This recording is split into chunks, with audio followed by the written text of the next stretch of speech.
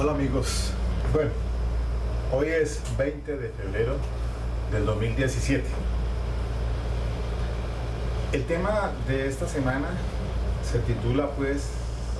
nulidad de la decisión carente de motivación. Es frecuente que cuando se va ante la audiencia de estas denominadas de concentradas, cuando se legaliza la captura, se imputan cargos y se dicta medida de aseguramiento, pues el fiscal, dando cumplimiento a las disposiciones relacionadas con este tema, pues activa para que el juez de control de garantías entonces tome la decisión pertinente a fin de si se restringen derechos fundamentales, en este caso pues si se priva de la libertad. Bien, el tema es muy importante debido a que pues usualmente se presentan ciertas dificultades en las audiencias denominadas concentradas, y vamos a ver lo siguiente. Para ello entonces me voy a fundamentar en dos decisiones de la Corte Suprema de Justicia que tienen que ver con la jurisdicción de paz, de la ley que se relaciona pues con el proceso de los paramilitares. En fin, son los radicados que aparecen allí, el 30942 del 2009. Esa es de esa exponencia, hay ponencia de la doctora María del Rosario González, y el otro es el 33039 del 2010, exponente del doctor José Leonidas Bustos Martínez. También hago alusión allí a dos sentencias de la Corte Constitucional, una de la C-774 del 2001, ponente el doctor Rodrigo Escobar, y la C-318 del 2008, sobre la restricción excepcional de la privación de la libertad. Pues bien, en estos dos casos que se estudiaron en estos dos radicados, tuvieron que ver con la decisión que tomó un juez de control de garantías para imponer entonces medidas de aseguramiento. ¿Y por qué viene el tema? Debido a que el viernes pasado, el 17 de febrero, asistí a una audiencia en la que se solicitó la revocatoria de la medida de aseguramiento de una persona que está privada en estos momentos de la libertad por dos delitos, por uno por peculado y el otro por falsedad ideológica en documento público.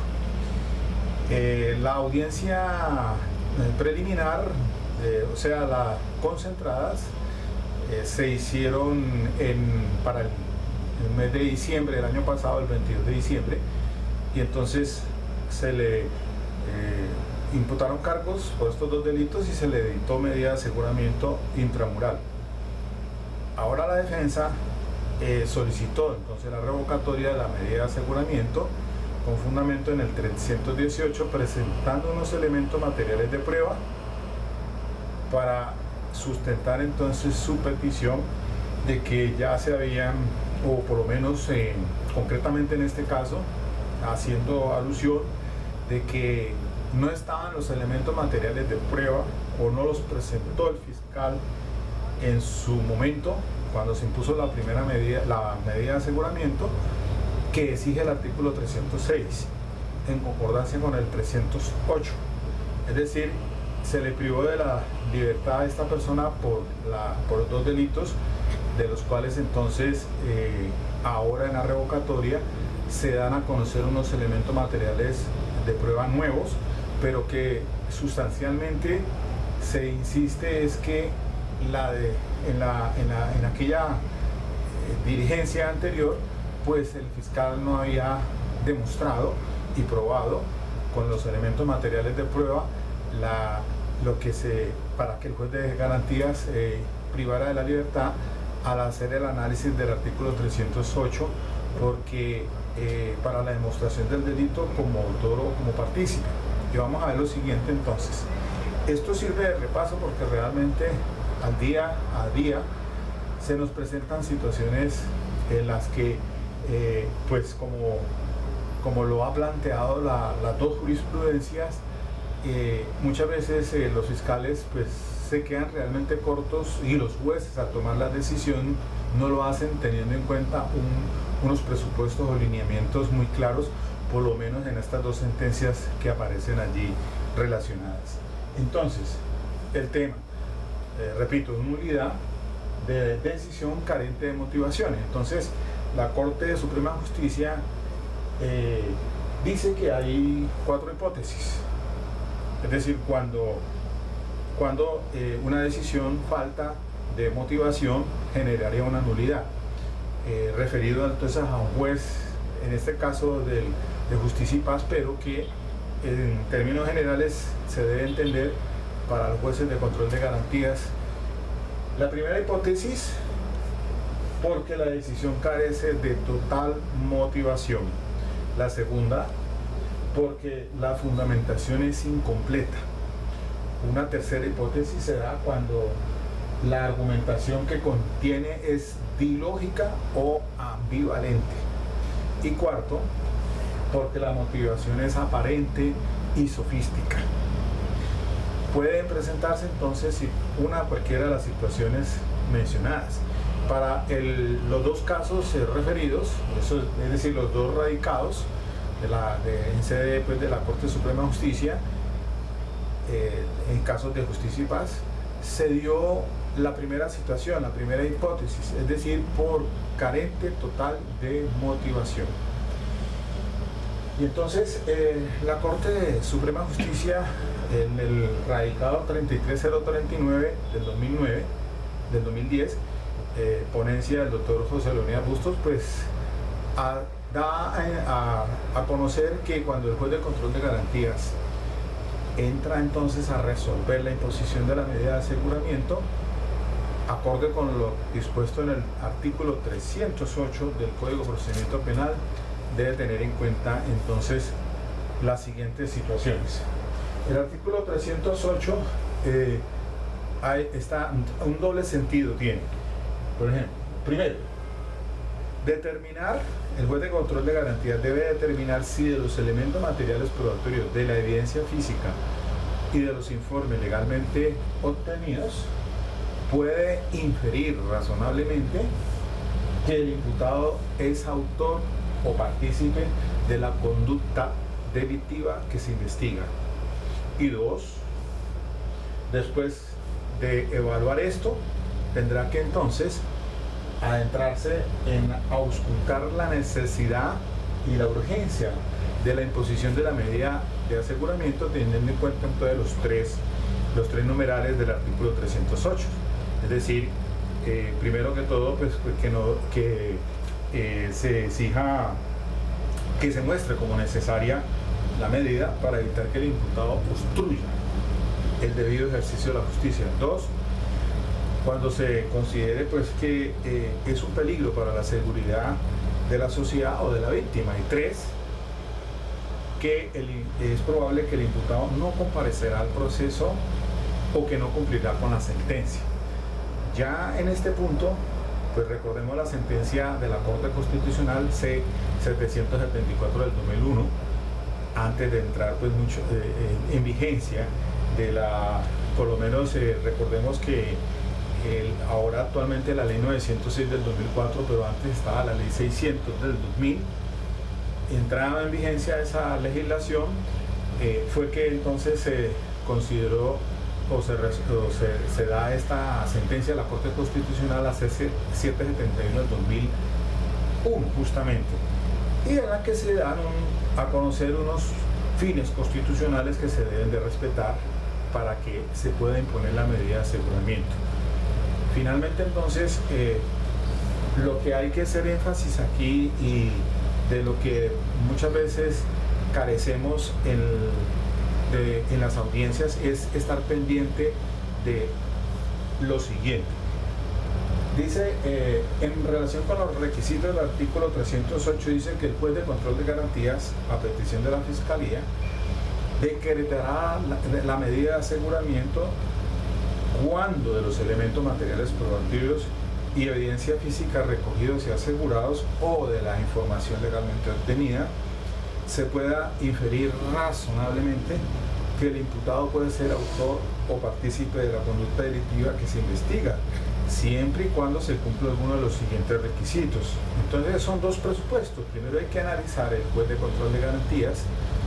si el fiscal ha cumplido con la carga que señala el artículo 306. El 306 dice lo siguiente: modificado por la 1453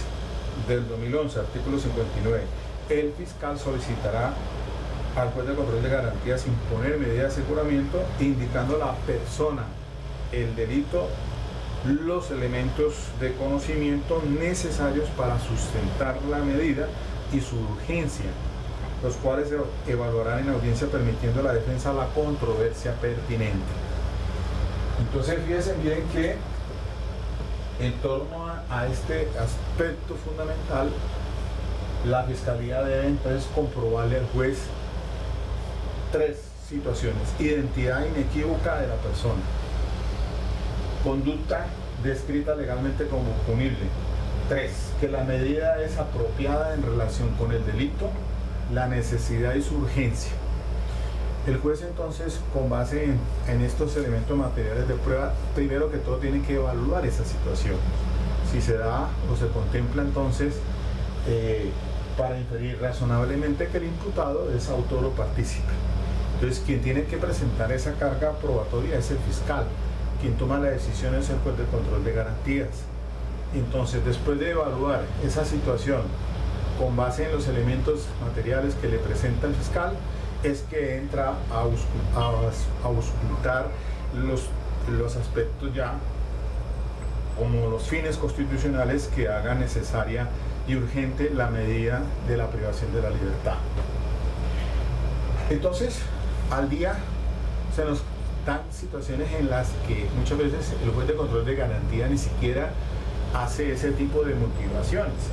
El otro día les hablaba que